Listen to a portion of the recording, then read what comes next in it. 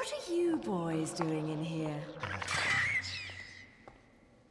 Are you hiding something from me?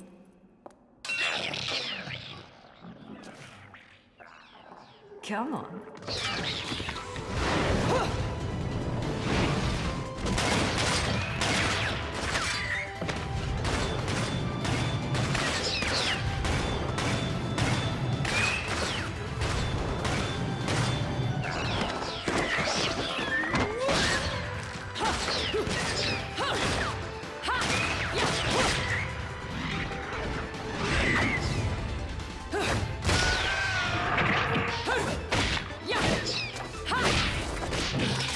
Cheating on me, haven't you?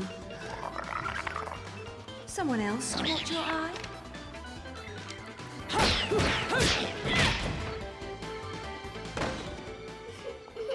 Oh dear.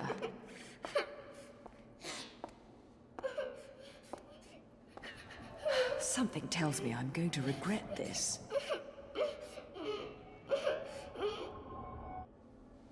My sweet, lovely child.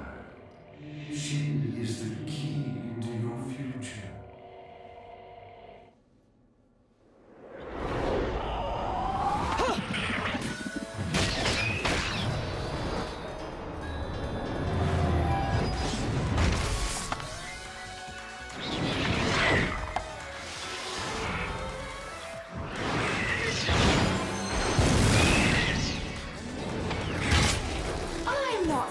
One to play savior, but I suppose I can make an exception and kill all of you. Just this once, of course.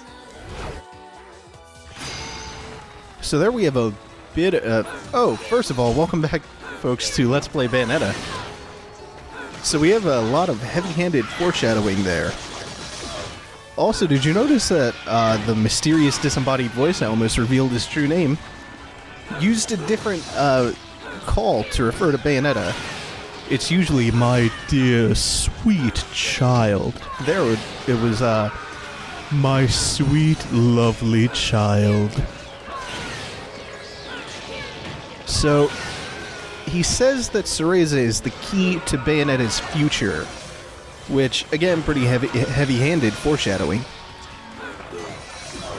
As for this part, it happened a bit quick, so it's kind of weird and difficult to tell what's going on here.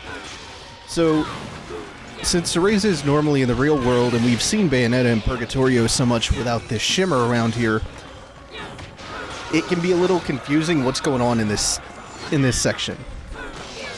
To quote, or to paraphrase Kamiya himself explaining this, Cereza can see Bayonetta in Purgatorio, and Bayonetta projects a spirit version of herself to protect Cereza and her actual body, who is inside the little protective bubble.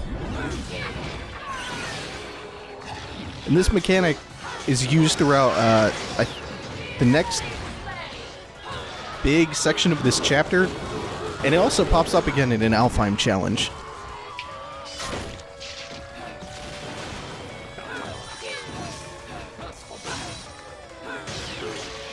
And the fights here aren't too bad. We just have a couple weak little enemies, and I think that's about it. And applaud.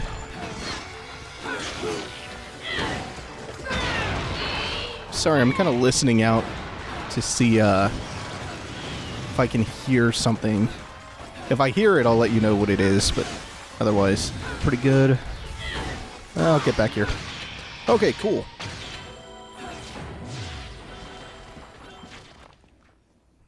Got through that. I think we're straight into a second cutscene. Among the stars, let me see what spring is like. Mommy! Mommy! Was I just singing? Mommy! Whoa, whoa, whoa. Slow down, little one. I am not your mother. But, Mommy... Will you quit calling me Mummy?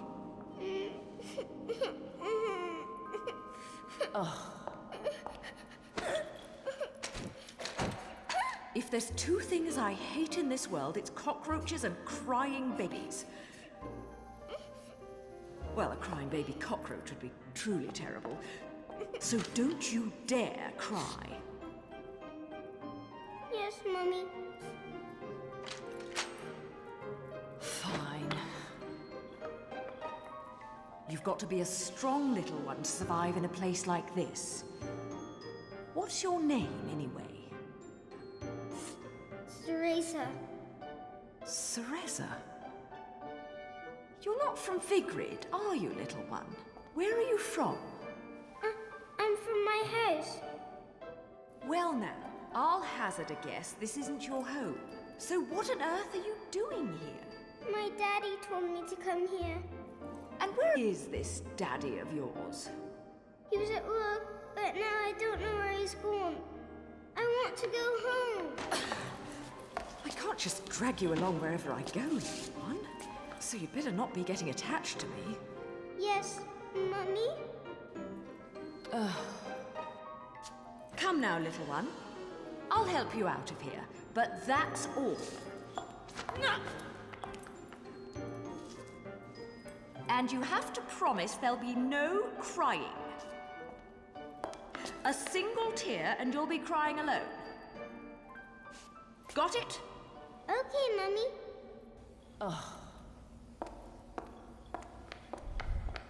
Okay, so this is turning out to be a pretty easy episode on my end.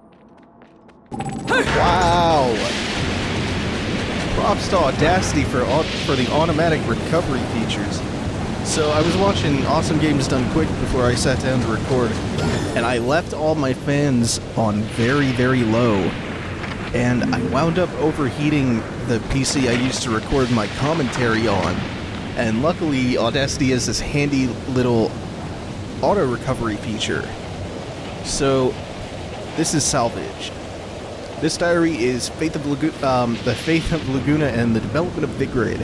This one picks up where one from the last episode left off with the Ithavoll group. It's revealed that the conglomerate known as the Ithavoll group is centered on an island, one they created themselves, mind you, off the coast of Vigrid, called the Isla del Sol, or Island of the Sun, which should be a major hint about what's gonna go down here. Or up, if you prefer. Solar puns. So here's where we get into territory that we're anywhere but in the game, it would absolutely be called a spoiler.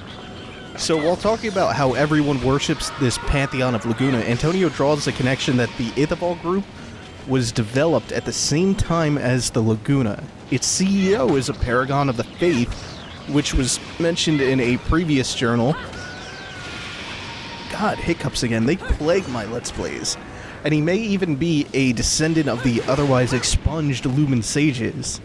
So we're getting into some really exciting stuff here in Chapter 6.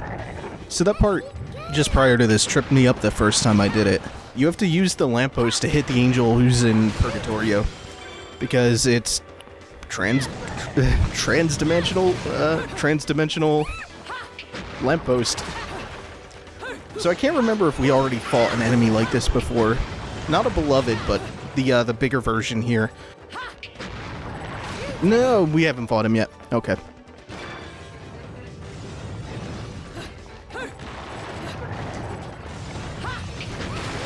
So the trick here is just to stop along the way while you're running down this corridor. Throw some things at him to cause him to stumble so he can't hit you and Cereza. And then to just get away.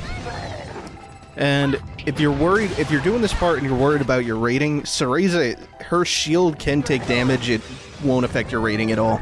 It's perfectly fine. Also, that guy there fell through the ceiling. Enemies falling through ceilings are common in Kamiya games. Resident Evil 2 had a licker that fell through the stained glass ceiling during, I think, Leon's campaign. I'm not sure if it happened during... I think there was a helicopter that fell through a ceiling in Viewtiful Joe, Shadows, and Devil May Cry. Oh, this one. The center of the Trinity refers to the Trinity of Realities, which is an important phrase.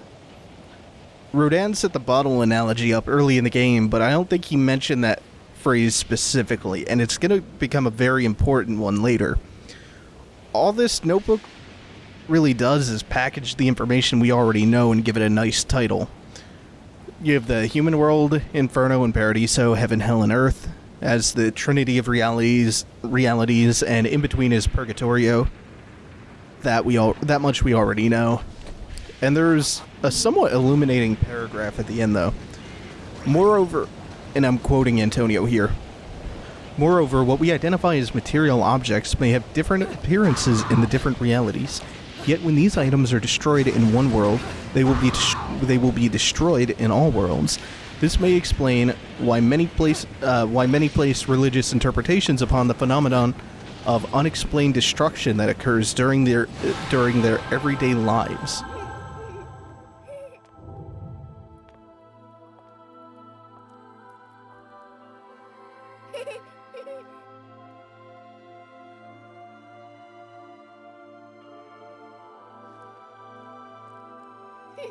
Hey!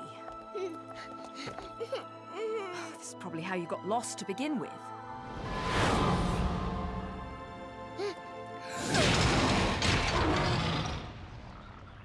Mommy.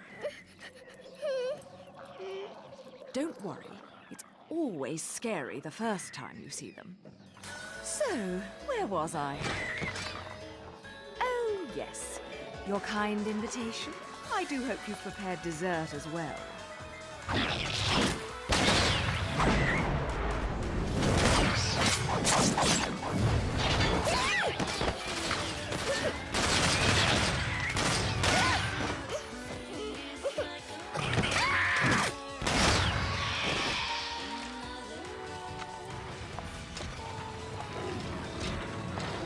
Oh, what a lovely tea party. And dancing, too.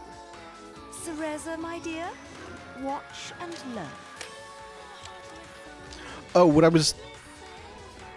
was listening out for earlier, because I've noticed those video glitches have been getting a little too common for my comfort lately. So I want to kind of see if I can spot one out and see if there's some kind of accompanying audio glitch to kind of pinpoint what's going on here. Pretty sure it's not the capture card. I'm thinking the video glitches might unfortunately be my my 6-year-old first generation backwards compatible PS3. The GPU or maybe the motherboard is probably starting to go on it, unfortunately. So apologies for the video glitches and some of the syncing issues I've had while recording from the PS3.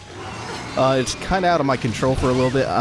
If I can pin down what the issue is, or if it gets too frequent, I'm gonna end up going out and getting a new PS3 soon, so hopefully that'll all be resolved relatively soon, because definitely don't want that issue plaguing my videos. And I also haven't noticed it occurring on my 360, so it's either recording from components, which has been fine forever, or it's the PS3. Hopefully I didn't, like, damage inputs on my TV or something. Anyway, that's, too much how the sausage is made. On the topic of audio drift, though, like, occasionally that issue crops up. I try to correct it as best I can. If you notice that every now and then there are, like, short gaps in the game audio, like, not even half a second, like a quarter of a second, where the audio in the game will cut out. That's me in Premiere cutting the audio and unlinking it from the video and moving it forward just like a couple frames, just to so the audio catches up with the drift a little bit. Okay, I'm gonna swallow my pride and just use an item here, but first I have to give you the first glimpse of Concocting, because I never actually bought any lollipops.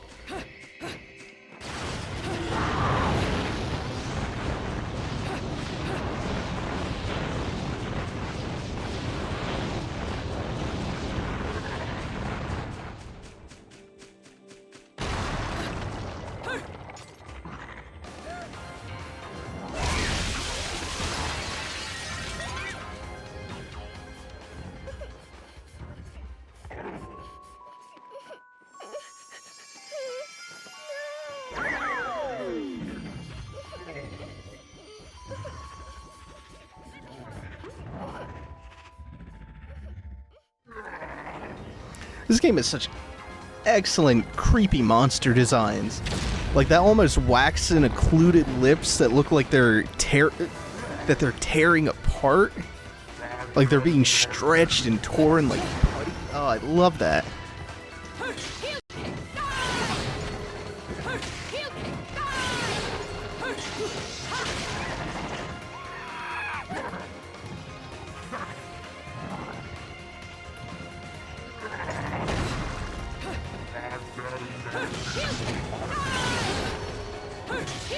If you just stand under him and avoid getting stomped or grabbed, he'll eventually call fireballs down and he can hit himself with the fireballs. It doesn't look like that's going to happen here, though.